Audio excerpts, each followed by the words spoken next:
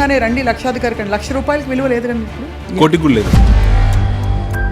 మౌలిక సూత్రం ఏంటి డబ్బు సంపాదనకి? మనం బ్యాంక్లో ₹1,00,000 పెట్టాము, అది డబుల్ కావడానికి మీకు 7 ఇయర్స్ 8 ఇయర్స్ పడుతుంది. ఈ రోజున్న పాల ప్యాకెట్ ₹20 ఉంటే కరెక్ట్ 7 ఇయర్స్ తర్వాత ₹40 ఉంటుంది. సో మనం ఏమనుకుంటాం, మెంటల్గా మనకేదో మనం డబ్బును సేవ్ చేసాం అనుకుంటాం, but we are buying inflation actually. But మీరు ఇప్పుడు గమనించాల్సింది ఏంటంటే బంగారం కన్నా వెండి ఎక్కువ పెరుగుతుంది ఈ మధ్య కాలంలో. ఓహో. బంగారం అమ్మే షాపులు లిస్టెడ్ స్టాక్స్ ఎక్కువ రిటర్న్ ఇచ్చాయి. ఉదాహరణకు టైటాన్ ఎగ్జాంపుల్ తీసుకోండి.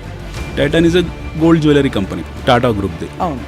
అది ఓ 20 ఏళ్ల క్రితం ₹30 ₹40 ఉండేది స్టాక్. అది వాళ్ళ స్టోర్ టైం ఇక్కడ జరిగింది. ఎవరికన్నా ప్రభుత్వం ఏదైనా చర్యలు తీసుకుందా? అసలు వీటి మీద యాక్చువల్గా గవర్నమెంట్ ఒక సిట్ అయ్యారు. ఒక రియల్ ఎస్టేట్ వెంచర్ని అప్రోచ్ అవుతున్నప్పుడు ఏ జాగ్రత్తలు తీసుకోవాలి? HMDA, DTC, పెరేరా, అప్రూవ్డ్ ఆర్ నాట్, ఇవే చూడండి. నేను ఒక ఇండివిజువల్ కెపాసిటీలో నేను ఒక 30 లక్షలు నా దగ్గర ఉంటే ఎక్కడ ఇన్వెస్ట్ చేయొచ్చు? అది ఎంత అవుతుంది ఒక 5 ఏళ్లలో? హైదరాబాద్ ప్రాబబ్లీ నెక్స్ట్ 10 years మీకు Warangal is going to be part of Hyderabad, even Suryapet is going to be part of Hyderabad. అక్కడ ఇన్వెస్ట్ చేస్తే ఎంత పెరుగుతుందండి? 10 ఏళ్లలో కుక్కపేటలో ఎంత పెరిగింది? అమ్మో. సిమిలర్ మీకు బయట ఇప్పుడు గచ్చిబౌలి, కోకాపేట, విస్పర్ వ్యాలీ ఏరియాలో 100 crores పెట్టిన ల్యాండ్ లేదు. ల్యాండ్కి, అపార్ట్మెంట్స్కి, ఇండిపెండెంట్ హౌసెస్కి ఏమిటి తేడా? Super question.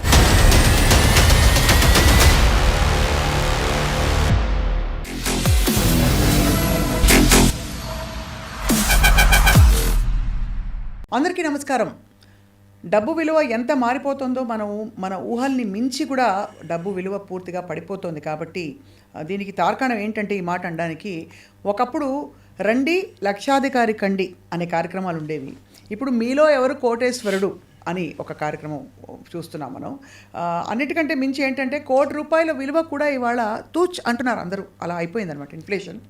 ఇవాళ మనం ఒక ఫైనాన్షియల్ ఎక్స్పర్ట్, ఒక ప్లానర్ అండ్ బహుశా రియల్ ఎస్టేట్ అండ్ అలాగే ఇన్వెస్ట్మెంట్స్ రంగంలో చాలా అనుభవం గడించిన ఒక ఎక్స్పర్ట్ అని చెప్పచ్చు. వారితో మాట్లాడబోతున్నాం.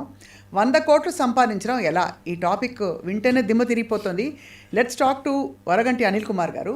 వారితో మాట్లాడి చాలా విషయాలు మనం ఇవాళ నేర్చుకోబోతున్నాం. అనిల్ కుమార్ గారు నమస్కారం. నమస్కారం. సో నిజంగానే రండి లక్షాధికారి కండి. ₹1,00,000 విలువ లేదు కండి ఇప్పుడు. లేదు, కోటికి కూడా లేదు. కోటికి కూడా లేదు అంటే అర్థం కావట్లేదు. ఒక్కసారిగా రెమ్యూనరేషన్స్ మొదలుకుని, శాలరీస్ మొదలుకుని అన్నీ మారిపోయాయి. సో ఇవాళ రూపాయి విలువ దాదాపు లేదని చెప్పాలి. ఎగ్జాక్ట్లీ లేదు, there is no value. So మరి మనం అవసరాలు ఎంత, ఎలా ప్లాన్ చేసుకోవాలని చెప్తే మీరేం చెప్తారు? ఫండమెంటల్ మౌలిక సూత్రం ఏంటి డబ్బు సంపాదనకి? డబ్బు సంపాదించాలంటే ముందు డబ్బు విలువ తెలియాలి, ఫస్ట్ థింగ్. రెండోది భవిష్యత్ అవసరాల పట్ల అవగాహన ఉండాలి. మూడోది మన సంపాదన ప్రక్రియ అవుతుందో అది ముఖ్యంగా అర్థం చేసుకోగలగాలి. మన ఇన్వెస్ట్మెంట్ని జాగ్రత్త చేయగలగాలి. సాంప్రదాయబద్ధంగా ట్రెడిషనల్గా మనకు తెలిసిన ఇన్వెస్ట్మెంట్స్ రెండు. అంటే భారతదేశంలో మనందరికీ కూడా సాంస్కృతిక పరంగా వచ్చిన భావజాలం అవుతుందో మనకు రెండు తెలుసు. ఒకటి బంగారము లేదా భూమి. బంగారం భూమి కాకుండా ఇతరత్ర సాధనాలు ఇంకేమున్నాయి అంటే చాలా ఉన్నాయి. బంగారం భూమి కన్నా కూడా ఎక్కువ రిటర్న్ ఆఫ్ ఇన్వెస్ట్మెంట్ ఇచ్చిన సాధనాలు ఎన్నో ఉన్నాయి. లాస్ట్ 20 yearsలో ఇన్ఫ్యాక్ట్ మనకు ఈ మన భారతదేశ ప్రయాణం మొదలైంది 40 ఏళ్ళు. అంటే మనకి గ్లోబలైజేషన్ తర్వాత, ఎస్పెషల్లీ 1991 పివి నరసింహారావు, మన్మోహన్ సింగ్ గారు తెచ్చిన ఈ గ్లోబలైజేషన్ రిఫార్మ్స్ తర్వాతనే మనకు మన భారతదేశ ప్రయాణం మొదలైందని మనం అనుకుందాం. జనరల్ బేసిక్ ఎకనామిక్స్ ఎవరికి తెలిసినా కూడా. అయితే మనం అందరం ఏం చేస్తామనంటే మన ట్రెడిషన్స్ని, మన సాంప్రదాయాల్ని, మన సాంప్రదాయ ఇన్వెస్ట్మెంట్స్ని ఈరోజు కూడా వదులుకోలేదు చదువుకున్న వాళ్ళు కూడా. మన వ్యవస్థ అంతా కూడా చీటీల చుట్టూ, మన వ్యవస్థ పూర్తిగా కంప్లీట్గా చీటీల చుట్టూ ఈ పీర్లెస్ అనో, సహారా అనో, ఇంకేదో మనీ లాండరింగ్ అనో, ఇంకేదో రకరకాల యాక్టివిటీస్లో ఇరుక్కుపోయాం. లేదా ప్రభుత్వం అమ్మి ఇన్ఫ్లేషన్ని కొంటాం మనం, ద్రవ్యోద్బలాన్ని కొనుక్కుంటాం మనం ఇన్ఫ్లేషన్ని. బ్యాంక్లో ఫిక్స్డ్ డిపాజిట్ ఉపయోగపడుతుండొచ్చు మనకు. అవి అంటే రెమిటెన్సెస్ క్విక్గా ఉంటాయి, మనకు కావాలనుకున్నప్పుడల్లా సేఫ్గా ఉంటుందని నమ్మకం. బట్ మీకు రిటర్న్ ఆఫ్ ఇన్వెస్ట్మెంట్ ఎక్కడుంది చెప్పండి అందులో? సపోజ్ మనం బ్యాంక్లో ₹1,00,000 పెట్టాము, అది డబుల్ కావడానికి మీకు 7 years 8 years పడుతుంది. ఈ 1,00,000 2,00,000 మీకు వడ్డీతో ఒక 7 yearsకు కాంపౌండెడ్ రేట్ ఆఫ్ రిటర్న్ మీద ఒక 8 yearsకు మీకు ₹2,00,000 వస్తుంది. ఈ రోజున్న పాల ప్యాకెట్ ₹20 ఉంటే కరెక్ట్ 7 years తర్వాత ₹40 ఉంటుంది. అంటే మీరు సేవ్ చేసిన డబ్బు మీరు మళ్ళీ ఇన్ఫ్లేషన్కే కట్టేస్తున్నారు. అవును. సో మనం ఏమనుకుంటాం, మెంటల్గా మనకేదో మనం డబ్బును సేవ్ చేసాం అనుకుంటాం, but we are buying inflation actually. అంతే కదా. సో ఫిక్స్డ్ డిపాజిట్ అనేది ఒక చాలా ప్రిమిటివ్ మెథడ్ ఇన్వెస్ట్మెంట్స్లో. దట్టు మనలాంటి ఇన్ఫ్లేషన్ ఉన్న దేశాల్లో ఫిక్స్డ్ డిపాజిట్ మాత్రమే ఉంటుంది. రెండో సాధనం గోల్డ్. ఎస్, ఆర్థోడాక్స్ పరంగా ట్రెడిషనల్గా మనకు గోల్డ్ అనేది ఒక ఇన్వెస్ట్మెంట్. మీరు లాస్ట్ 100 years ట్రాక్ రికార్డ్ తీసుకుంటే gold is a fantastic return of investment ఇచ్చింది. పిచ్చిగా పేలిపోతున్నాయి ఇప్పుడు ధరలు, పేరిపోతున్నాయి. 2 లక్షలు పోయినా 3 లక్షలు పోయినా ఆశ్చర్యపోతుంది. ఎందుకంటే మళ్ళీ గోల్డ్ గ్రాఫ్ కూడా మీకు చాలా మీరు చూస్తే ఫిక్స్డ్ డిపాజిట్ లాగే ఉంటుంది. అది కూడా ఇన్ఫ్లేషన్ లాగే ఉంటుంది గోల్డ్ కూడా. ఎందుకంటే గోల్డ్ రిజర్వ్స్ ఒకటి తగ్గిపోవడము, ప్రపంచవ్యాప్తంగా గోల్డ్ ఎక్కువ డిగ్గు కావడము, కాస్ట్ ఆఫ్ ఎక్స్కవేషన్ ఎక్కువ పెరగడం, గోల్డ్ అవసరాలు పెరగడము. మన దేశంలో బంగారాన్ని మనం ఎలా చూస్తాం, ఒక ఆర్నమెంట్ లాగా చూస్తాం. అవును. బట్ వేరాజ్ డెవలప్డ్ కంట్రీస్లో అది ఆర్నమెంట్ కాదు, అది ఒక టెక్నికల్ టూల్. అది రకరకాల సాధనాల్లో, ఎలక్ట్రానిక్స్లో వాడే వస్తువు. అవును. బంగారం అవసరం పెరుగుతుంది. బట్ మీరు ఇప్పుడు గమనించాల్సింది ఏంటంటే బంగారం కన్నా వెండి ఎక్కువ పెరుగుతుంది ఈ మధ్య కాలంలో. లాస్ట్ 5-6 monthsలో మీకు వెండి ఎక్కువ సూపర్లేటివ్ రిటర్న్స్ ఇస్తూ ఉంది. ఎందుకంటే వెండి ఉత్పత్తి కూడా తగ్గుతుంది, తద్వారా డిమాండ్ పెరుగుతుంది. మళ్ళీ ఈ డిమాండ్ అంతా industrial demand. This is all related to electronics. So electronic వస్తువుల్లో మీకు వెండి వాడకం, ఎలక్ట్రానిక్ వస్తువుల్లో బంగారం వాడకం వల్ల ఈ మనం అనుకునే ఆర్నమెంట్ బంగారం ఏతుందో ఇండస్ట్రియల్ బంగారం అది, దానివల్ల అది పెరుగుకుంటూ పోతుంది. సో అన్ఆడిటెడ్ రికార్డ్ ప్రకారం ప్రపంచంలో బహుశా హైయెస్ట్ చెస్ట్ ఇండియాలో ఉంది, గోల్డ్ చెస్ట్. ఎందుకంటే 100 ఏళ్ళ నుంచి 200 నుంచి మనం కొనుక్కుంటూ వస్తున్నాం, రకరకాల దారుల ద్వారా మనం తెచ్చుకున్నాం. బట్ ఇక్కడ మీకు చాలా ఫన్నీయెస్ట్ పార్ట్ చెప్పాలంటే, బంగారం కన్నా ఎక్కువ రిటర్న్ బంగారం అమ్మే షాపులు, లిస్టెడ్ స్టాక్స్ ఎక్కువ రిటర్న్ ఇచ్చాయి. ఉదాహరణకు టైటాన్ ఎగ్జాంపుల్ తీసుకోండి. Titan is a gold jewellery company, మీకు టాటా గ్రూప్ది. అది 20 ఏళ్ల క్రితం 30 రూపాయలు 40 రూపాయలు ఉండేది స్టాక్. అది వాళ్ళ స్టోర్స్, వాళ్ళ వ్యాపారం ఎలా పెరుగుకుంటూ పోయిందో, వాళ్ళు ఇచ్చే బోనస్లు, వాళ్ళు ఇచ్చే డివిడెండ్స్ ఇవన్నీ చూసుకుంటే that would have given about 200 times. Wow. అంటే మీ ₹1,00,000 ఆల్మోస్ట్ 2 కోట్లు అయిపోయింది. ఇన్వెస్టర్స్ లైక్ రాకేష్ జుంజున్వాలా వీళ్ళందరూ అంత పెద్ద కుబేరులు కావడం కారణం Titan. So most of the people think that gold give more returns. But gold selling investment companies ఏవైతే ఉన్నాయో, అంటే ఆర్నమెంట్ సెల్లింగ్ ఇన్వెస్ట్మెంట్ కంపెనీస్ ఏవైతే ఉన్నాయో, అవి వీటికన్నా 100 రెట్లు పెరిగిపోయాయి. My god. So we need to understand where your money gets compounded more, where your money is able to give more returns. So ఆ సాధనాలని దృష్టిలో పెట్టుకోవాలి. Is it fair to say that మనం ఎక్కువ ఎక్స్పెక్ట్ చేస్తున్న కొద్దీ రిస్క్ కూడా పెరుగుతుందని? Risk is always there. Risk ఎక్కడ లేదు ప్రపంచంలో, risk is always there. But మనం ఇక్కడ ఆలోచించాల్సిన లెజిటిమేట్గా, ఒక డ్యూ డిలిజెంట్గా మనం చేయాల్సిన స్టడీ ఏంటంటే, గుడ్ కంపెనీస్ ఏంటి, బ్యాడ్ కంపెనీస్ ఏంటి, గుడ్ గవర్నెన్స్ ఏంటి, బ్యాడ్ గవర్నెన్స్ ఏంటి, కార్పొరేట్ గవర్నెన్స్ని దృష్టిలో పెట్టుకోవడము, కంపెనీస్ తాలూ గ్రోత్ స్టోరీస్ని అర్థం చేసుకోవడము. At the same time what kind of companies are stable and what is a growth story they are offering, వాళ్ళ బుక్స్ ఎలా ఉన్నాయి, వాళ్ళ ప్రమోట్స్ ఏంటి, ఈ ట్రాక్ రికార్డ్ మనం చేస్తాం కదా ఎవరైనా సరే. ఇది ఎవరు కూడా సొంతంగా చేసుకోవాలి. ఈ థర్డ్ పార్టీ బ్రోకరేజ్ హౌస్ ఇవ్వడమో లేకపోతే ఇంకెవరో చెప్పడం కాదు, మనం చేసుకోవాలి. చిన్న ఎగ్జాంపుల్ మేడం, అలయన్స్ ఉంది ఫర్ ఎగ్జాంపుల్. అందరు పెళ్ళిళ్ళు అయి ఉంటాయి. ఓ అమ్మాయికి మనము సంబంధం చూడడానికి వెళ్ళినప్పుడు అబ్బాయి తాలూకు పుట్టు పూర్వత్రాలు, అటు 7 తరాలు ఇటు 7 తరాలు, వాడికి ఉన్న అలవాట్లు ఏంటి, వాళ్ళ పేరెంట్స్ ఎలాంటి వాళ్ళు, వాడి బ్యాంక్ బ్యాలెన్స్ ఏముంది, ఆ అబ్బాయి ఏం చదువుకున్నాడు, ఇవన్నీ చూస్తాం కదా. We do a study at least for 30-40 days 1 month. ఒక పెళ్లి చూడడానికి మనం వెళ్ళినప్పుడు ఇన్ని తదంగాలు ఉంటాయి మన దగ్గర. కూరగాయల మార్కెట్కి వెళ్తాం, టమాటా కొంటాం. ఈరోజు టమాటా 10 రూపాయలు కేజీ ఉంది. 5 పైసా 10 పైసా 20 పైసా దగ్గర బార్గెన్ చేసి వదిలేస్తాం. సేమ్ టమాటా మనం ఎప్పుడు మళ్ళీ 100 రూపాయలలో కొనుక్కుంటాం నోరెత్తకుండా. బట్ ఎప్పుడైతే మీకు సెల్లర్స్ ఎక్కువైపోయారో we go and bargain this tomatoes.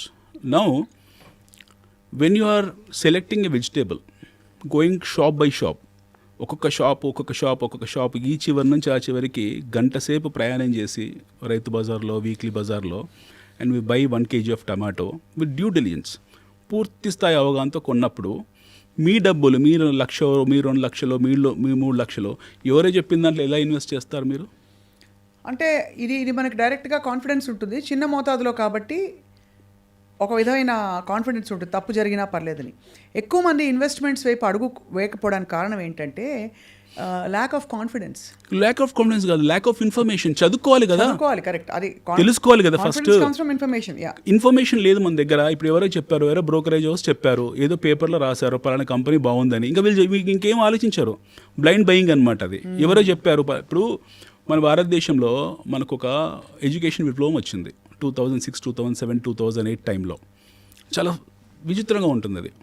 There are plenty of education companies, .com companies, left right centre open చేశారు. I don't want to take the names of those companies, but చాలామంది companies open చేశారు. Example మీ Educomp లాంటి company చెప్తున్నాను.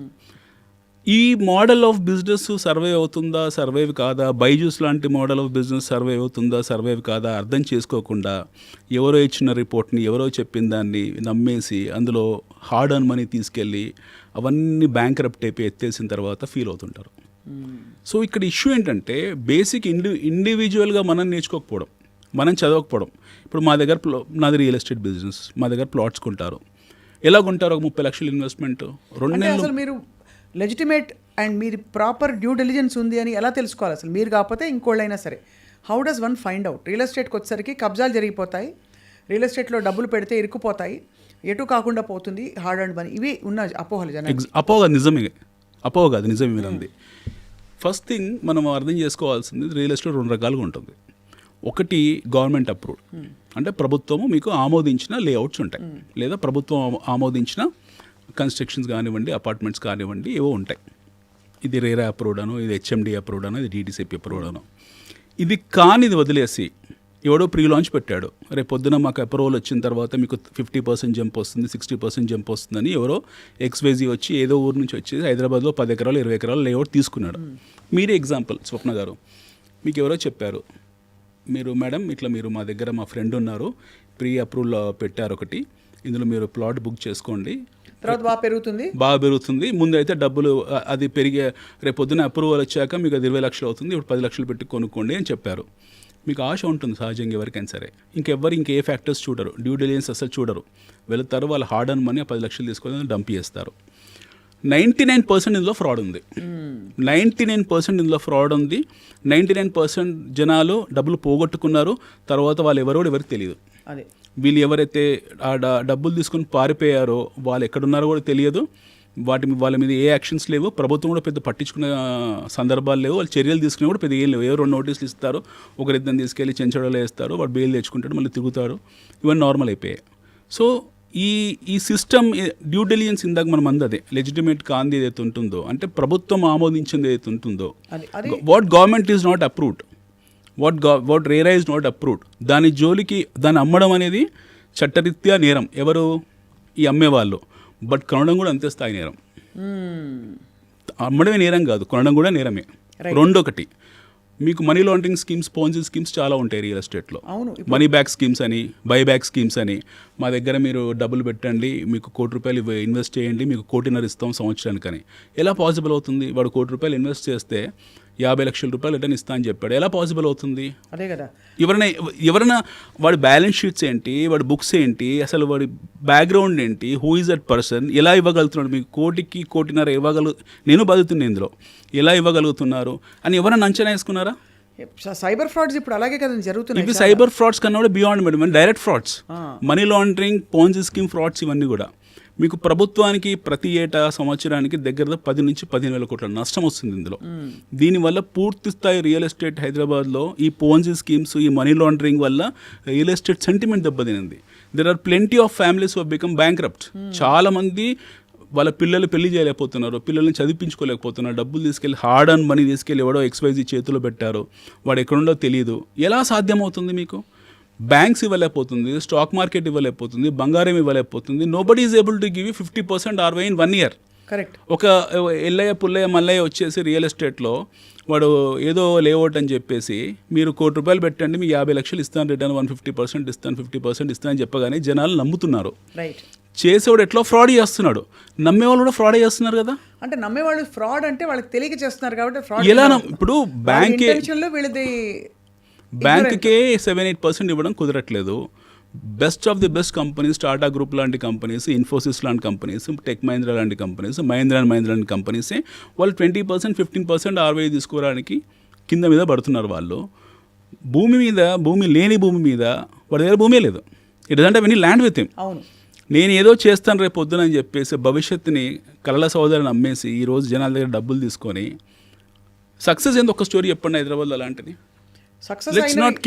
Let's keep India side, let's talk about Hyderabad. అలా public నుంచి money laundering, Ponzi scheme ద్వారా డబ్బులు తీసుకొని ₹1 కోటి ఎన్నో ఉన్నాయి అలాంటి, కొన్ని 100,000 కోట్లు వసూలు చేశారు, కొన్ని కేసులు అవుతున్నాయి, కొంతమంది జైలుకి వెళ్ళారు అని మీరు ఎక్కువ కవర్ చేస్తుంటారు టీవీ ఛానల్స్ వాళ్ళే. But what happen to them? న్యాయం ఇక్కడ జరిగింది ఎవరికన్నా? ప్రభుత్వం ఏదైనా చర్యలు తీసుకుందా? అసలు వీటి మీద యాక్చువల్గా గవర్నమెంట్ ఒక సిట్ వేయాలి. They have to do a special investigative team, ఒక ప్యానల్ ఆఫ్ అడ్వకేట్స్ పెట్టాలి, ప్యానల్ ఆఫ్ పోలీస్ ఫోర్స్ని ఎంప్లాయ్ చేయాలి, వీలుంటే సిఆర్పిఎఫ్ని పెట్టాలి, చెంచల్ కూడా ఎక్స్టెన్షన్ చేయాలి, వీలుంటే ఇంకో 20 బ్యారకులు పెట్టాలి అందరిని తీసుకెళ్ళడానికి. ఇలాంటి ఫ్రాడ్స్ ఒక ఎత్తు అయితే ఇప్పుడున్న ఆందోళన ఏంటంటే ఇవాళ ల్యాండ్ బాగుంటుంది, నా పేరు మీద రిజిస్టర్ అవుతుంది, కానీ ఎవరో అక్కడ లోకల్ బడాబాబులో ఎవరో వచ్చి అది మొత్తం తారుమారు చేసే రికార్డులని, ఆ టైటిల్ డీడ్స్ని కూడా తీసేసి ఎక్కడ నా డబ్బులు పోతాయి. ఇంపాసిబుల్, అది ఇంపాసిబుల్. నేను 4 years అని చూసాను ఈ రోజు వరకు కూడా. మీకు we have a fantastic system, beat మనము ధరణి అనుకోవచ్చు, లేకపోతే దాని పేరు మారిస్తే రేపు పొద్దున భూభారతి అనొచ్చు. వీ హ్యావ్ ఫెంటాస్టిక్, కర్ణుడికి కవచగుండాల లాంటి సిస్టమ్ అది. ఒక్కసారి మీరు సిస్టంలో అందులోకి ఎంటర్ అయిన తర్వాత మీ వేలు ముద్రబడి అందులో మీ పేరు మీద రిజిస్టర్ అయ్యాక అందులో కబ్జా అనేది ఇంపాసిబుల్, అది సాధ్యం కాదు. కబ్జా జరగడము, డాక్యుమెంటేషన్ మ్యానిపులేట్ చేయడం అనేది సాధ్యం కాదు. మీ పేరు మీద రిజిస్టర్ అయిపోయిన డాక్యుమెంట్ అఫీషియల్గా మీరు ధరణిలో ఎంటర్ అయ్యారు. కానీ నా పేరు మీద రిజిస్టర్ అయిపోయాక కూడా ధరణిలో జరిగిన అవకతవకల వల్ల వేరే పేరు వచ్చేసింది అనుకోండి, ఏది చెల్లుతుంది? ధరణిలో అవకతవకలు జరిగినట్టు సందర్భాలు చాలా తక్కువ ఉన్నాయి, అసలు అలాంటివి లేవు, జరగవు. పాసిబుల్ ధరణి అని కాదండి, ఇప్పుడు పేరు మార్చిన భూభారతి అని మారుస్తున్నారు government. Whatever the portal possible కాదు. మీ పేరు మీద ఒకసారి రిజిస్టర్ అయిన తర్వాత అది ఇంకొకరి పేరు మీద మార్చడం అనేది నెక్స్ట్ ఇంపాసిబుల్. అది ఎవరు దాన్ని చేయలేరు unless until the buyer has to come, he has to give an acknowledgement, అతను ట్రాన్స్ఫర్ చేసి తప్పిస్తే పేరు మార్చడం అనేది సాధ్యం కాదు. ఈ సౌలభ్యము, ఈ సౌకర్యం భారతదేశం మొత్తంలో కేవలం మన తెలంగాణ రాష్ట్రాన్ని మాత్రమే ఉంది. Hyderabad lands are absolutely safe to buy and provided if that is approved by the concerned authority. ఇక్కడ మరొక మనం 2 రకాలు మాట్లాడాం. ఒకటి లేని కంపెనీలు సృష్టించి భూములు అమ్మేసి మోసం, అది డైరెక్ట్ మోసం. ఇది ఇక్కడ నేను అడిగింది అవకతవకలు జరిగితే, అంటే లోకలైజ్డ్గా స్టే ఇన్సిడెంట్స్ జరుగుతాయి, ఎవరో లోకలైజ్డ్ గుండాలు కావచ్చు, రౌడీ షీటర్లు వాళ్ళు వచ్చి తీసేసుకుంటారని ఒక భయం ఉంటుంది. మూడోది చట్టపరమైన మార్పులు. ఇప్పుడు HYDRAA is something that nobody expected. People who invested started getting, ఇప్పుడు ఆగింది పానికింగ్. ఇలా అంటే సో ఒక రియల్ ఎస్టేట్ వెంచర్ని అప్రోచ్ అవుతున్నప్పుడు ఏ జాగ్రత్తలు తీసుకోవాలి? ఇప్పుడు ఇందులో మౌలికంగా మనం మూడు ప్రశ్నలు మీవి. ఇప్పుడు మనం చూడాల్సిన ఫస్ట్ థింగ్, ఒకసారి ఈ రౌడీలు గుండాలు వచ్చి మీ కబ్జాలు చేస్తారా అనేది ఆ ఇన్సిడెంట్స్ గత 10 సంవత్సరాలు ఎక్కడ లేదు. నాకు తెలిసి మన దగ్గర రౌడీలు గుండాలనే సినిమాలో కనపడుతున్నప్పుడు రియల్ లైఫ్లో అయితే చూసిన దాఖలాలు తక్కువ. ఏదో వైన్ షాప్లో అక్కడికి ఉండొచ్చు, అంత ఈజీ కాదు. ఎందుకంటే మన లా and order one of the robust law and order what we have. మన దగ్గర ఈ రోజు ఒక హ్యాండ్ బ్యాగ్ పోయినా సరే గంట సేపట్లో పట్టేసి తెచ్చిచ్చేస్తున్నారు. We have fantastic law and order. మన సిస్టమ్ చాలా అద్భుతంగా ఉంది. We are not like others when it comes to Telangana or when it comes to Hyderabad. వీళ్ళు రౌడీలు గుండాలు రావడం, కబ్జాలు చేయడం అనేది మన సినిమాలో మాత్రమే చూసాం. గతంలో కొన్ని జరుగుంటాయి సంఘటనలు హైదరాబాద్లో కూడా. బట్ లాస్ట్ 13 yearsలో మనకి ఎప్పుడైతే ఈ లా అండ్ ఆర్డర్ని ఇంటిగ్రేట్ చేశామో, ధరణితో ఇంటిగ్రేట్ చేశామో, this is watched out, return of cases అనమాట. ఇంకా అలాంటివి ఏం జరగలేదు, ఎప్పుడు కూడా ఇంక జరిగే పాసిబిలిటీ లేదు. ఇందా మీతో అన్నట్టు ఒకసారి ఒక ప్రాజెక్ట్ అప్రూవ్ అయిన తర్వాత, ఆ ప్రాజెక్ట్లో మీరు బయ్యర్గా చేరిన తర్వాత మిమ్మల్ని టచ్ చేయడం అనేది, your rights will be protected. Your rights are absolutely protected. Yes. Nobody can touch, even God cannot touch you. Okay. No one can touch. There is no authority on this earth which can come and encroach your land, provided if that is registered on your name and provided that particular land has been approved. What are those approvals? DTC approval undi, RERA approval undi. That's enough. It encompasses everything. Absolutely. Yes. That can encompass everything. Now you are going to ask a question, why this Hydra has happened then? Yeah. Okay, so Hydra was an activity. Actually, Hydra is a very good activity where they wanted to clear the encroachments.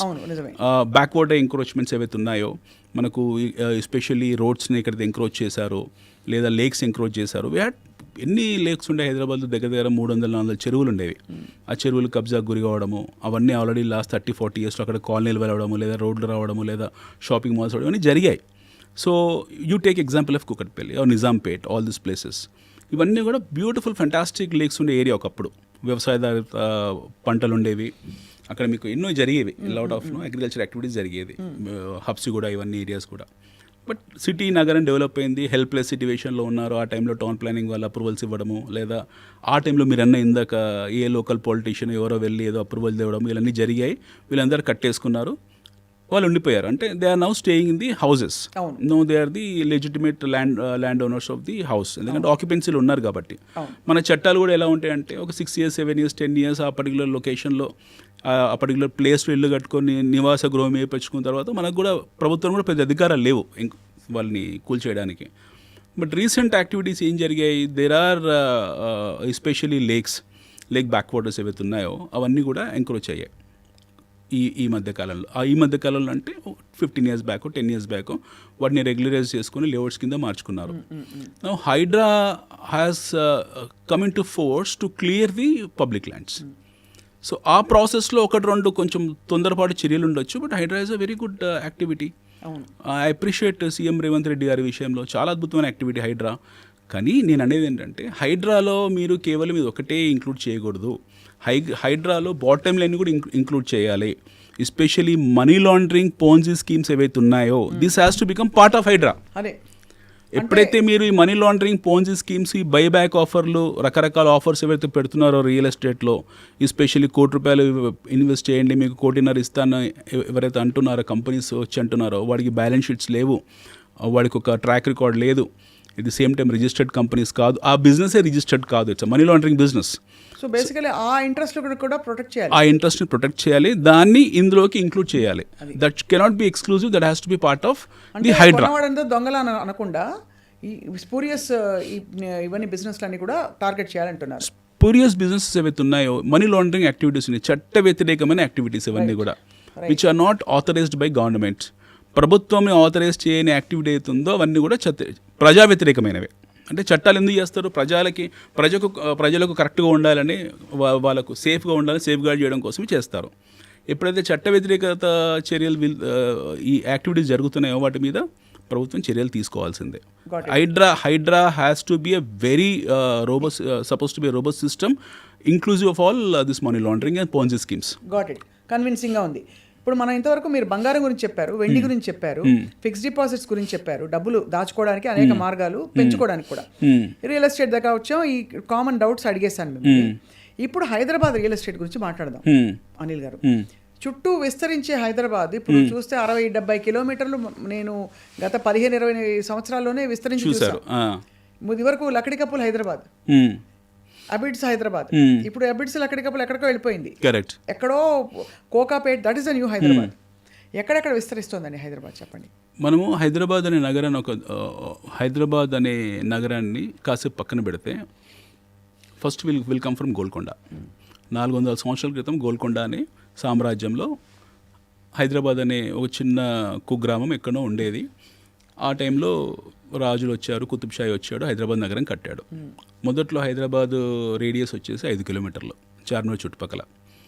1980s వరకు కూడా హైదరాబాద్లో the tallest building happen to B Charminar.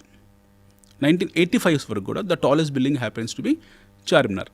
తర్వాత బషీరుద్దీన్ బాబుఖాన్ ఇలాంటి వాళ్ళు వచ్చి పెద్ద buildings కట్టారు 90s ఆ టైంలో. Then it has become a normal high rise లాగా ఉండిపోయింది. 5 kilometers radius Hyderabad 1950s 10 kilometers అయింది, 2000 20 kilometers అయింది. ఈరోజు వీఆర్ అబౌట్ 1.1 million అఫీషియల్లీ, 1,10,00,000 జనాభా. మన హెచ్ఎండిఏ పరిధి 1,05,000 ఎంతో ఉంది, 1,05,000 ఎకరాలు ఉంది హెచ్ఎండిఏ పరిధి. 180 square kilometers రేడియస్లో ఉన్నాం మనం today. Hyderabad is around 180 square kilometers and approximately, not absolute figure but కొంచెం అటు ఇటు. I'm talking about the registered HMDA, Hyderabad municipality development authority వరకే మాట్లాడుతున్నాను. ఈ రేడియస్ వరకే మనకు ఔటర్ రింగ్ రోడ్డు, దాని తర్వాత ఉన్న ఇంకొక 6-7 kilometers వరకు మన హెచ్ఎండిఏ పరిధి అనుకుందాం. ఈ 1,10,00,000 జనాభా ఇందులోకే వస్తారు. But actually Hyderabad is beyond that. మన హైదరాబాద్ సిటీ హెచ్ఎండిఏ పరిధి దాటిన తర్వాత కూడా ఇప్పుడు ఎంత ఉందో అంత ఉంది ఈక్వల్గా. If you take the complete Hyderabad radius, I'm talking about హైదరాబాద్ని బేస్ చేసుకొని వ్యాపారాలు చేసేవాళ్ళు, ఉద్యోగాలు చేసుకునే వాళ్ళందరూ కూడా మీకు 2 కోట్ల జనాభా ఉంటుంది. సో దాదాపు 300 kilometers పరిధి కనిపిస్తుంది, మినిమం కనపడుతుంది, 300 kilometers పరిధి కనపడుతుంది. అండ్ నో వెన్ హైదరాబాద్ భవిష్యత్తు ఎలా ఉంది అని మనం మాట్లాడితే 400 years మన ట్రాక్ రికార్డ్ చూసాం. ఎన్నో రాజ్యాలు వచ్చాయి, ఎంతోమంది రాజులు వచ్చారు, ఎంతోమంది ముఖ్యమంత్రులు వచ్చారు, సొంతంగా రాష్ట్రం ఏర్పడింది, ప్రభుత్వాలు మారే, ఎన్నో జరుగుతున్నాయి. ఈ ప్రగతి ఆగదిచ్చే నిరంతర ప్రక్రియ ఇది. ఈ ప్రహాసనం అనేది నిరంతరం జరుగుతూనే ఉంటుంది. ఒకటి. రెండోది, we have to come from nation point of view. భారతదేశం పర్స్పెక్టివ్లో కూడా మనం ఆలోచించాలి. Today we have how many A class cities? We have 5 A class cities. Delhi, Calcutta, Mumbai, Hyderabad, Chennai and Bengaluru. 6 cities ఉన్నాయి మనకు. We have beaten Chennai in terms of geography. Hyderabad is the largest city then Chennai in terms of geography. ఒకటి. రెండోది, today we are at around $100 billion GDP మనము. And Hyderabad itself is contributing around 50% of state revenue. ఈ 2 perspectives. మూడో important perspective, ఇండియాలో we are around 6 large cities including Hyderabad, Bengaluru. It the same time we have B class cities around 40-50 B class cities ఉన్నాయి. We have around 70-80 C class cities ఉన్నాయి. అంటే Indian urban population వచ్చేసి ఈరోజు 30%. అంటే agrarian economy నుంచి మనం urban economy కింద మారిపోయాం. Fine. Now Hyderabad కూడా సిమిలర్లీ అదే రిప్లికాలో మనం వర్కౌట్ అవుతున్నాం.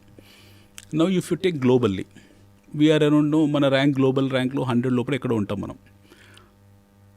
If we look at the city perspective, ఒకప్పుడు మనము ఇండియా ఏదైతుందో we are part of Asia Pacific అనేవాళ్ళు మనని. Today entire world is calling as India Pacific. భారతదేశాన్ని ఇండో పసిఫిక్ అంటున్నారు ఈరోజు. It's not Asia Pacific anymore. India is a Indo Pacific. So Indo Pacific రీజన్లో అత్యంత ప్రాముఖ్యత గల నగరం దేశం ఇండియా. నగరాలు 2 ఇండో పసిఫిక్ రీజన్లో అతి ముఖ్యమైన 2 నగరాలు ఉన్నాయి. ఒకటి ఢిల్లీ అనుకుందాం, the administrative capital of India. Second వచ్చేసి దక్షిణ భారతదేశం కానీ వింధ్యా పర్వతాలు దిగిన తర్వాత మోస్ట్ సెంటర్ ఆఫ్ గ్రావిటీ ఉన్న సిటీ హైదరాబాద్. అంటే అన్ని విధాల మోస్ట్ డిజైరబుల్ సిటీ. అందుకే అన్ని కంపెనీలు కూడా ఇన్వెస్ట్మెంట్స్ కి ఇక్కడికే రాలేదు.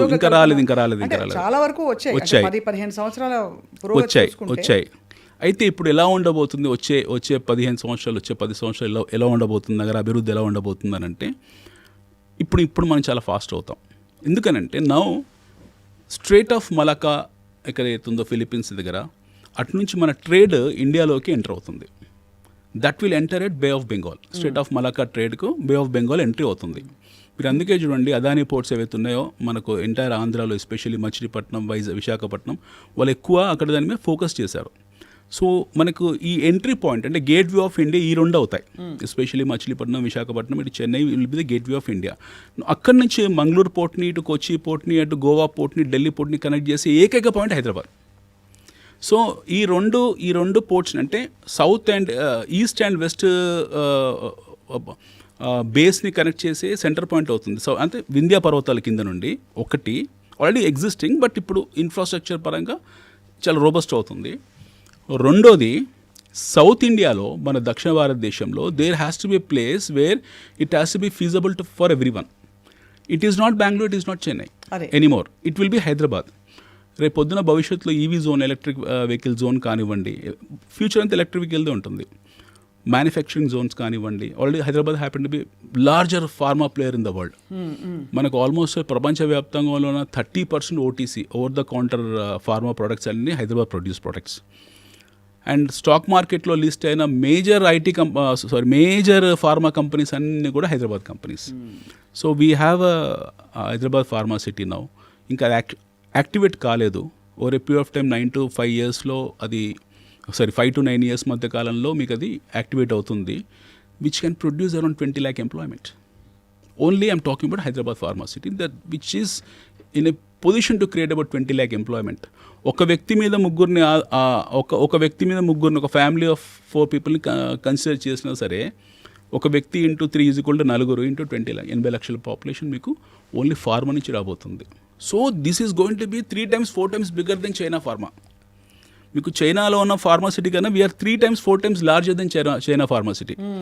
రెండోది వచ్చేసి చిప్ మ్యానుఫ్యాక్చరింగ్స్ ఏవైతే ఉన్నాయో, ఇప్పుడు మనకు తైవాన్లో జరుగుతున్న chip manufacturing, Taiwan semiconductor companies ఏవైతే ఉన్నాయో, they are focusing in India. ఇవన్నీ ఇప్పుడు మనం గుజరాత్కి వెళ్ళాయి కొన్ని. సో మొత్తానికి హైదరాబాద్ అంటే డిజైరబుల్ అని బియాండ్ ఎస్టాబ్లిష్డ్. కానీ ఇవి గ్లోబల్గా చూస్తే అనిల్ గారు, ఒక బయర్గా, ఒక ఇన్వెస్టర్గా నాకేంటని అర్థం కాదు. సో ఆ పాయింట్ ఆఫ్ వ్యూ నుంచి ప్లీజ్ ఎక్స్ప్లెయిన్ టు అస్. మీకు మీ పాయింట్ ఆఫ్ వ్యూలో మీకు ఇందాక అడిగాను మిమ్మల్ని, 10 ఏళ్ల క్రితం మీకు గచ్చిబౌలి తెలుసా? 15 ఏళ్ళ 20 years బ్యాక్ హైదరాబాద్లో the most costliest place in Hyderabad అంటే పంజాగుట్ట. The most costly. మీరు తీసుకునే రామ్ గోపాల్ వర్మ ఇంటర్వ్యూ రామోయిజంలో ఆయన మూవీస్ అన్ని పంజాగుట్ట చుట్టే ఉంటాయి. పంజాగుట్ట, నాగార్జున హిల్స్ వాటి చుట్టే ఉంటాయి. అక్కడెక్కడ మీకు ఒకటి పెళ్ళి కొన్ని ఏరియాస్ కనపడతాయి. ఇప్పుడు తీసే మూవీస్ అన్ని సిటీ అవుట్స్కట్స్ మోయినాబాద్ వరకు వెళ్ళిపోయారు వాళ్ళందరూ. అంటే city got expanded at least 30-35 kilometres in last 20 years. అంటే major urban, I'm talking about major urban ఒక 35 కిలోమీటర్లకు వెళ్ళిపోయింది నాగార్జున సర్కిల్ నుండి. Gachibowli is now heart of city. ఈరోజు Gachibowli is not outskirts anymore, it's heart of city. Gachibowli దాటి మీకు మళ్ళీ హైదరాబాద్ అటు శంషాబాద్ వెళ్ళిపోయింది, అది కూడా హార్ట్ ఆఫ్ సిటీ అయింది. Even that moved beyond Shamshabad went to Shadnagar. From there it has become the Jadcherla as entry. మళ్ళీ ఇటువైపు వెళ్తే Shankarpally which was happen to be an outskirts, దాన్ని ఇంటిగ్రేట్ చేశారు. It's part of main city. ఒకప్పుడు ఒక 6-7 years బ్యాక్ మీకు సంగారెడ్డి అంటే ఎక్కడో అనుకునేవాళ్ళు. నవ్వు సంగారెడ్డి మీకు Hyderabad same Kukatpally traffic bumper traffic ఉంటుంది, ఇంచుమించు ట్రాఫిక్ ఉంటుంది. Yadadri happen to be the part of Hyderabad. మీరు అటు వరంగల్ హైవే తీసుకుంటే మీరు సండే రోజు యాదాద్రి వెళ్ళండి, people talk about no temple. It's not temple anymore, it's a residential area, it's an industrial zone, it's a manufacturing zone more or less. So all these areas technically come under greater Hyderabad. Greater Hyderabad, greatest, a grand view of Hyderabad.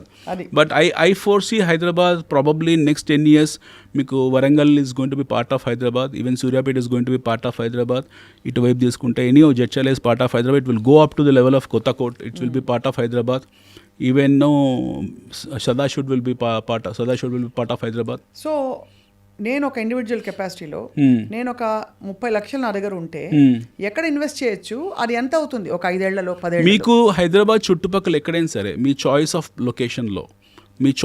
లొకేషన్లో చుట్టుపక్కల ఎన్నో development activities జరుగుతున్నాయి. ఎస్సీజెడ్స్ ఉన్నాయి మన హైదరాబాద్ చుట్టుపక్కల, plenty of activities అవుతున్నాయి.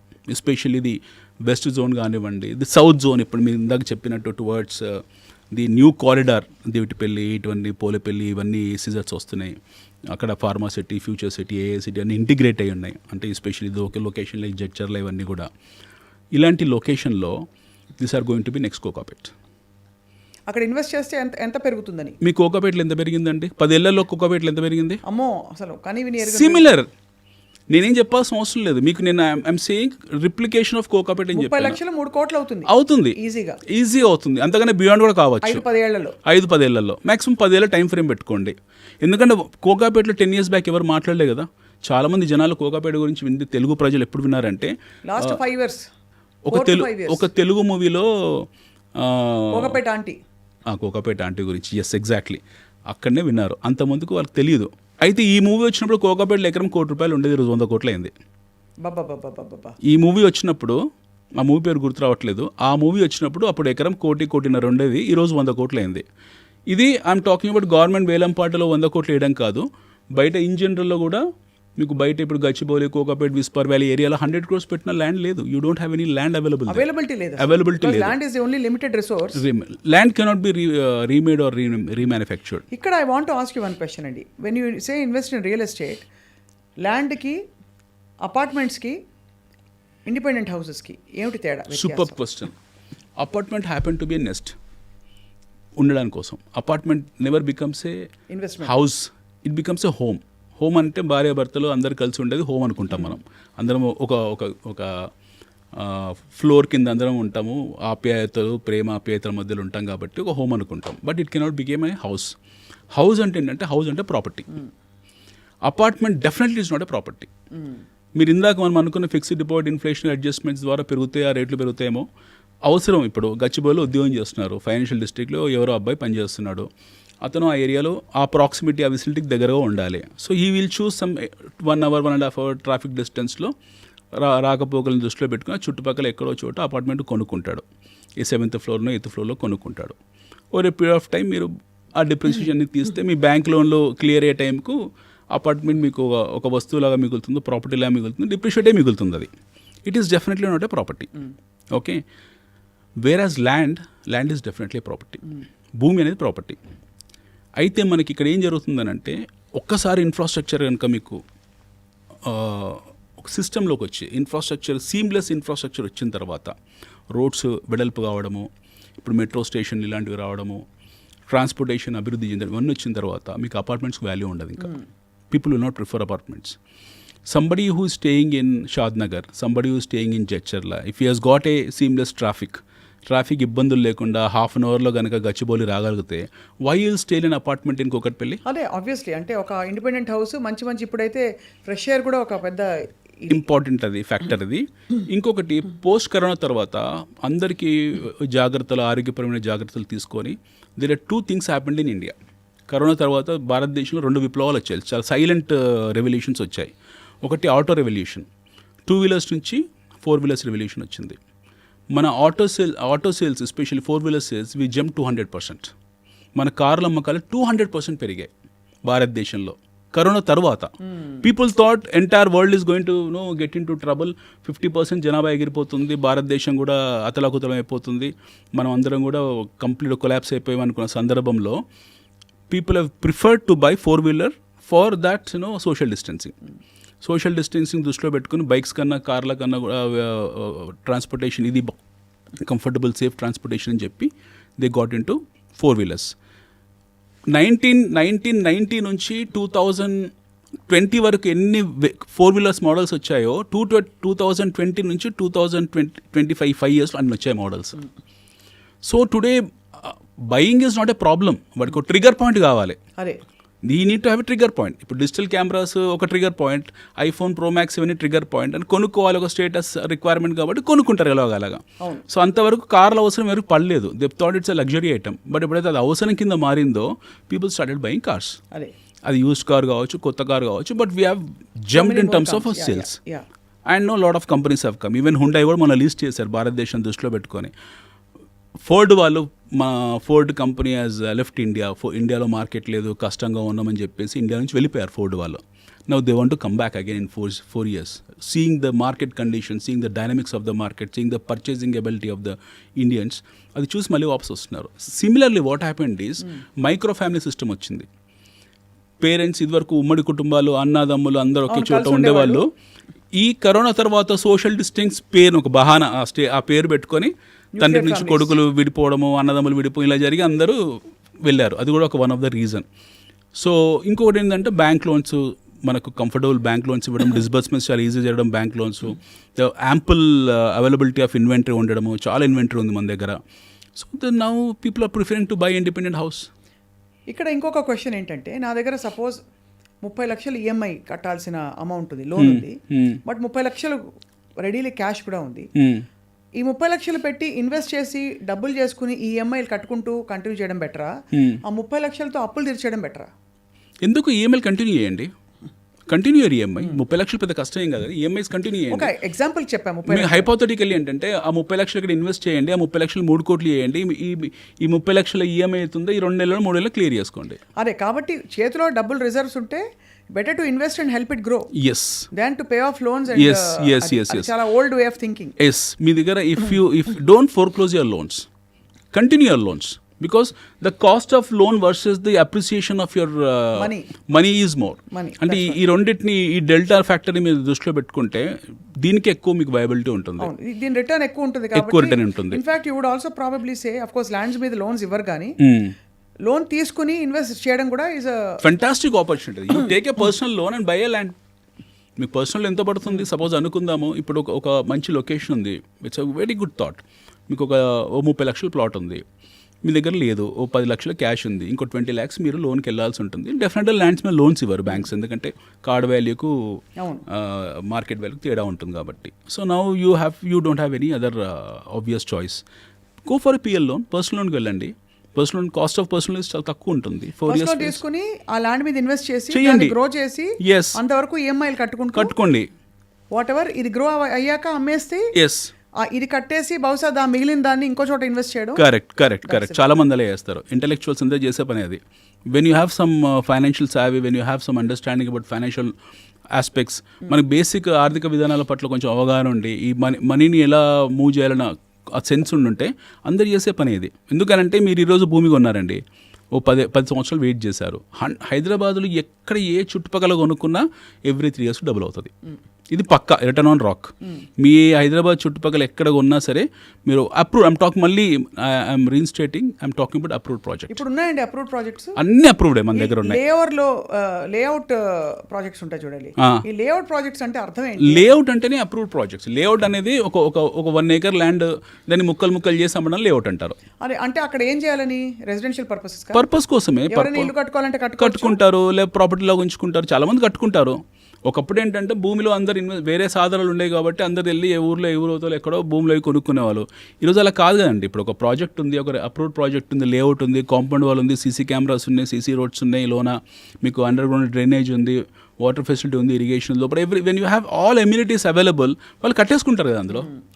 And proximity మళ్ళీ ఇందాక అన్నట్టు మీకు సిటీకి దగ్గరలో వేర్ నో ఎంప్లాయబిలిటీ ఉన్న ఏరియాలో మీరు ఎప్పుడైతే స్థలాలు కొనుక్కుంటారో న్యాచురల్ గ్రో అవుతాయి అవి.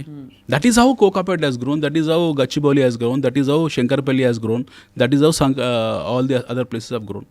ఎప్పుడైతే మీకు ట్రావెల్ డిస్టెన్స్ తగ్గిపోతుందో ఒక ఏరియా నుంచి ఇంకో ఏరియాకు, ఆ ఏరియాలో లేఅవుట్లో మీరు ఒక ఇల్లు స్థలం కొనుక్కొని 2 years 3 years కట్టుకున్నారనుకోండి, న్యాచురల్ దానికి వాల్యూ పెరుగుతుంది. అది ఉంచుకోవచ్చు మీరు అన్నట్టుగా, మీ ఇష్టం అది up to you. yes, that's a property end of the day. So ఈ మొత్తం ఇన్వెస్ట్మెంట్స్ అండ్ మేకింగ్ మనీ నడుమ పిల్లల చదువులు ఇట్లాంటి వాటికి అవసరాలకి ఎలా ప్లాన్ చేసుకోవాలి అనిల్ గారు? ఒక్కటండి, ఆల్వేస్ నో ఫస్ట్ థింగ్ వృధా ఖర్చులు ఉంటాయండి. వృధా ఖర్చులను ఎప్పుడైతే మనం కంట్రోల్ చేస్తామో న్యాచురల్లీ మీకు అన్ని ఖర్చులు వెళ్ళిపోతాయి. అంటే వృధా ఖర్చులు చెప్పండి ఒక ఎగ్జాంపుల్కి. మీకు ఇలా చెప్తే బాగోదేమో. మీకు ఆన్లైన్లో ఫుడ్ ఆర్డర్ చేస్తారు, వృధా ఖర్చు కాదా అండి అది? ఇంట్లో వండుకోలేరా? ఏదో సరదా కోసం ఎప్పుడో 1 నెలకో 2 నెలలకో సార్ ఓకే, వారానికి ఒకసారి తెచ్చుకోవడం వృధా ఖర్చే కదా. మన చిన్నతనంలో మనకి ఇవి లేవు కదా. We don't have all this. మన ఇంట్లో ఎవరో వండి పెట్టేవాళ్ళం, మనం తినేవాళ్ళం, హ్యాపీగా ఉండేవాళ్ళం. వృధా ఖర్చు కాస్మెటిక్స్, బట్టలు వృధా ఖర్చే, నాట్ రిక్వైర్డ్. ఎందుకు అంత ఫ్యాషనబుల్గా మనకు అనిపించే ప్రయత్నం చేయాలి? కానీ దేనికి దాచుకుంటున్నావు డబ్బులని? ఇప్పుడు ఉన్నవాడు ఇది చాలా మంది ఆర్గ్యుమెంట్ కాబట్టి మీ ముందు ఇలా ఉంచుతున్నాను. మీరు ఒక ఇన్వెస్ట్మెంట్ ఎక్స్పర్ట్. ఇప్పుడు పోయాక ఎవరి కోసం అది, ఎవరి కోసం? మీరు ఫస్ట్ మనం ఇప్పుడు అందరు పోతారండి, అన్డిస్ప్యూటెడ్, అది ఎవరు ఉండరు. బట్ మీరు పోయాక మన పిల్లలు కష్టపడకూడదు. ఇప్పుడు అవర్ పెడిగ్రీ, మన పిల్లలు ఎవరైతే ఉంటారో వాళ్ళు సఫర్ కాకూడదు. దానికి చదువులు ఉండాలి, వాళ్ళకి కావాల్సిన ఆర్థిక వెసులుబాటు కల్పించుకోవాలి. అది ఇంపార్టెంట్. డబ్బు అంత మించి అంటే ఏంటి? ఇప్పుడు మన ఫస్ట్ మీరు అడిగిన ప్రశ్న అదే. ఈ రోజు ₹1,00,000 సరిపోవట్లేదు, ₹1,00,00,000 విలువ లేదని మనం మాట్లాడుకున్నాం. సో అది ఒక 20 years from now ఈ రోజు ఈ జూబ్లీహిల్స్లో ఒక 200 గజాలు ఇల్లు కొనుక్కోవాలంటే మీకు ఎంత అవుతుంది? 4 నుంచి 5 కోట్లు అవుతుంది మినిమం అవుతుంది. 4 to 5 crores. అంటే పిల్లోడికి మన కూతురికి ఎవరికి ఒక 200 గజాలు ఇల్లు ఇవ్వాలంటే వాడు జీవితకాలం కష్టపడాలి. ఫస్ట్ థింగ్, కష్టపడే ఎబిలిటీ ఉండి కష్టపడి సంపాదించుకొని కొంటే బాగుంటుంది. లేదు అని అంటే ఇందాకన్నా వృధా ఖర్చులు తగ్గించుకొని వేరే సాధనాల్లో వెళ్ళి అందులో సంపాదించడం మొదలుపెట్టాలి. ఈ 2 లేదు, నేను చదివిపించాను వదిలేస్తాను వాళ్ళ కర్మ అనుకుంటే మనం చెప్పేది ఏమీ లేదు. But when you wanted to create wealth, you have to cut down your unwarranted expenses. ₹3,000 పెట్టి టికెట్ కొనుక్కోవడం మీకు అన్వారంటెడ్ అనిపించట్లేదా అండి? తప్పకుండా సినిమాలకి అది అవునా కదా. ఒక వారం రోజులు ఆతృత ఆపుకొని పెట్టుకుంటే ఓటీటీలోనే ఇంకెక్కడో వస్తుంది, లేదా ఖాళీ వెనకాల కూర్చొని చూడొచ్చు ఫ్రీగా. ఎవరు ఉండరు. ఒక వారం 10 రోజుల తర్వాత థియేటర్లోనే ఎవడు ఉండడు. మనం ఒక్కరే కూర్చొని పాప్కార్న్ పెట్టుకొని సినిమా చూడొచ్చు. అండ్ దిస్ అన్వారంటెడ్ ఫ్యాసినేషన్స్ ఏవైతే ఉన్నాయో, అన్వారంటెడ్ కాస్మెటిక్స్, అన్వారంటెడ్ డ్రెస్సింగ్, మనము పక్క వాళ్ళతో కంపేర్ చేసుకోవడము, వాడికి ఆ కారు ఉంది కదా నేను కారు మార్చడము. పిల్లలు ఎన్నో కంప్లైంట్స్ తీసుకొస్తారు. నాన్న ఇప్పుడు మా ఫ్రెండ్ వాళ్ళ డాడీకి ఇది ఉంది నీకు లేదని, మా ఫ్రెండ్ వాళ్ళ డాడీకి ఇది తెస్తాడు మీదని. ఈ కంపారిజన్స్ వచ్చినప్పుడు ఆటోమేటిక్గా పేరెంట్స్ కూడా టెంప్ట్ అయిపోయి ఏవో చేస్తూ ఉంటారు. గ్యాడ్జెట్స్ ఉన్నాయి, అవసరం లేదు అవన్నీ కూడా. సో ఇక్కడ ఇంకో పర్టినెంట్ క్వశ్చన్ అడుగుతాను. Used car is better or new car is better? Go for used car. Go for Delhi car. ఢిల్లీలో మన హైదరాబాద్లో తిరుగుతున్న 4matic Mercedes you get it for 20 lakhs. మీకు నేను మొన్న ఆన్లైన్లో సెర్చ్ చేస్తే 80 లక్షలకు రోల్స్ రాయిస్ ఉంది. 8 కోట్ల కారు 80 lakhsకి రోల్స్ రాయిస్ ఉంది. I can afford to buy. But నాకు ఆ స్టేటస్లో కొనలేదు, ఎందుకంటే దానికి ఒక స్టేటస్ కావాలి కాబట్టి. 80 లక్షలకు రోల్స్ రాయిస్ ఉంది. 40 లక్షలకు 60 లక్షలు 70 లక్షలకు మీకు పోర్షే దొరుకుతుంది. 20 లక్షలకు మీకు BMWలు ఉన్నాయి. I'm talking about the latest GT series. Why don't you go for it? ఇప్పుడు చిన్న ఎగ్జాంపుల్ అండి, నేను మీ ఆఫీస్కి వచ్చాను, I came in a high end car. ఇక్కడికి వచ్చాను స్టూడియోకు, నేను హై ఎండ్ కార్లోనే వచ్చాను. బయట ఉంది నా కారు. ఎవరికైనా తెలుసా అది కొత్తదా పాతదా? ఎవరు తెలియదు. నన్ను అడుగుతారా ఎప్పుడు రిజిస్టర్ చేయించారని? రెండోది, అన్నిటికన్నా ముఖ్యమైనది ఏంటంటే కొత్త కారు కొనుక్కోవడం, పాత కారు కొనుక్కోవడం అది చూడరు. మీరు ఏ కారులో వచ్చారో మాత్రమే చూస్తారు. మీరు మర్సిడీస్లో ఉన్నారా లేకపోతే మారుతిలో ఉన్నారా చూస్తారు. అంతే కదా. మీరు ఇక్కడికి ఫంక్షన్కి వెళ్ళారు. ఇప్పుడు చాలామంది ఫిల్మ్ యాక్టర్స్ ఉంటారు, ప్లెంటీ ఆఫ్ ఫిల్మ్ యాక్టర్స్ ఉంటారు. వాళ్ళు ఎప్పుడో 6 years 7 years back high end cars కొని ఉంటారు. ఈ రోజు కూడా వాడుతున్నారు కదా. ఓ 5-6 years అవుతా వాడేసి అమ్మేస్తారు. వాళ్ళు వేరే వాళ్ళు కొనుక్కుంటారు. యూస్డ్ కార్లో తప్పేంటారు? అసలు ఇప్పుడు యూజ్డ్ హౌస్ కొనట్లేదా మనము? ఎందుకంటే ఇప్పుడు ఒక మంచి రకం కారు కొంటే 40 లక్షలు చాలా మందికి, ఒక కొంచెం మిడ్ రేంజ్ నుంచి చూస్తే 40 to 60 lakhs అవుతుంది.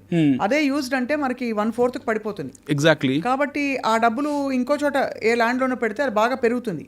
గ్యాడ్జెట్స్, కార్స్ డిప్రిషియేట్ అవుతాయి. అసలు గ్యాడ్జెట్స్ కొనకూడదండి. Who is asking you to go and buy every Apple new model?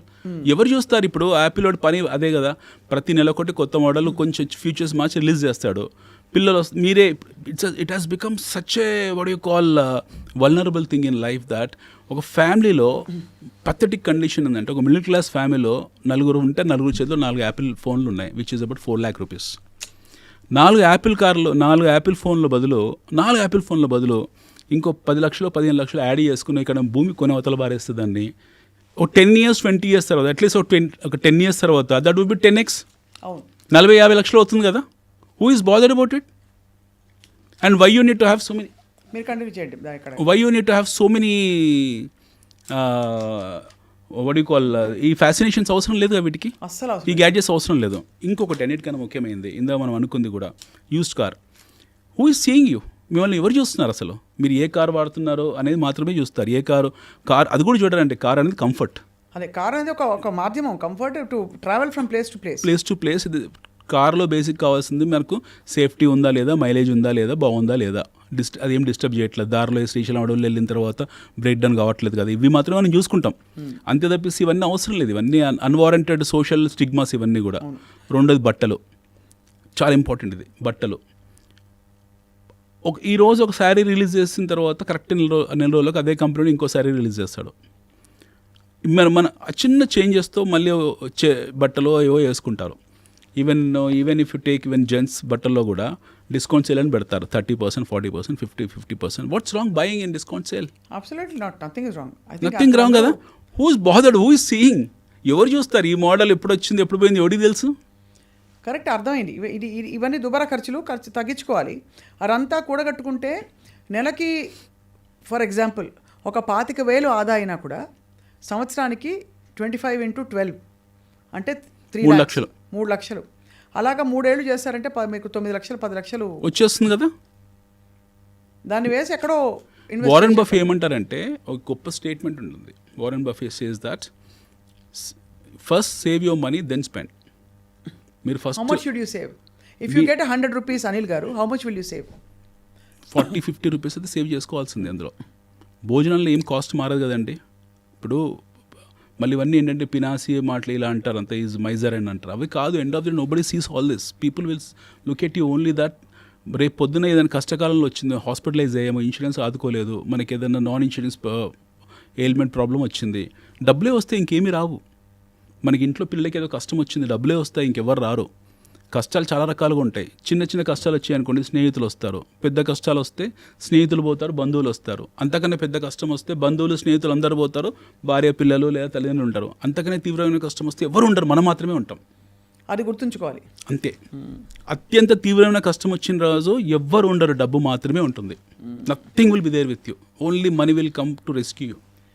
అది డబ్బు విలువ అంటే అది చెప్పింది. అది తెలుసుకుంటే your rupee will be wisely spent, wisely invested.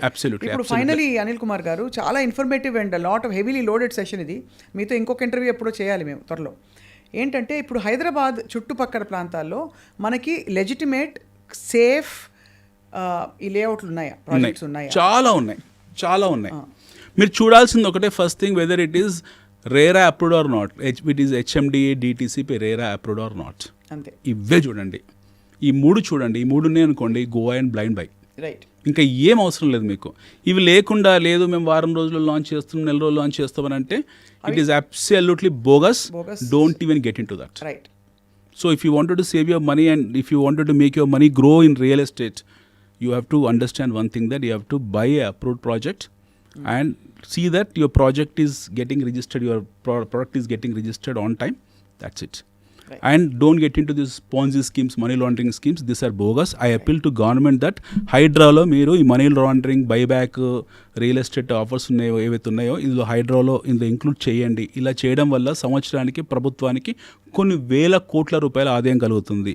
Hyderabad real estate sentiment దెబ్బతినడానికి కారణం కూడా వన్ ఆఫ్ ద రీజన్ కూడా ఈ మనీ లాండరింగ్ స్కీమ్స్. వీటి మీద మీరు ఒక స్పెషల్ ఇన్వెస్టిగేటివ్ టీమ్ వేయాలి, ఒక డీజీ లెవెల్లో ఐజీ లెవెల్ వేయాలి. వాళ్ళని ఒకసారి వాళ్ళ పని పట్టారంటే everything will get set right. And we are doing a fantastic job. ఆ government is doing a fantastic job. మన ప్రభుత్వాలు అద్భుతంగా పనిచేస్తున్నాయి, కేంద్ర రాష్ట్ర ప్రభుత్వాలు. రైట్. మనం దాని గురించి ఆలోచించే అవసరం లేదు. Indian growth story is intact. We're growing one of the finest economy in the world. We are the 5th largest economy in the world, sitting with $650 billion of reserves. మనం ప్రపంచంలో అత్యంత బలమైన ఆర్థిక శక్తి. మన శక్తిని ఎవరు ఆపలేరు. And we are going to be a semiconductor champion in days to come. We are going to become electric vehicle champion. Alternative ఎనర్జీలో వీఆర్ ది ఛాంపియన్స్. ప్రపంచంలో భారతదేశాన్ని ఆపే ఏ శక్తి లేదు, తగ్గేదే లేదు. అది అనిల్ కుమార్ గారు, చాలా engaging and very enriching session. తప్పకుండా మీరు చెప్పిన పాయింట్లో మౌలిక విషయాల నుంచి ఇప్పుడు అందరూ ఆలోచనలో పడతారు. మన డబ్బులు ఎంత ఉన్నాయి, ఏం దాచుకుంటున్నావు, ఏం ఖర్చు పెడుతున్నావు, ఏం చేసుకుంటున్నావు అని చెప్పి మళ్ళీ మిమ్మల్ని ఆహ్వానిస్తాం for another very informative session. Thank you so much. Thank you madam. Thank you.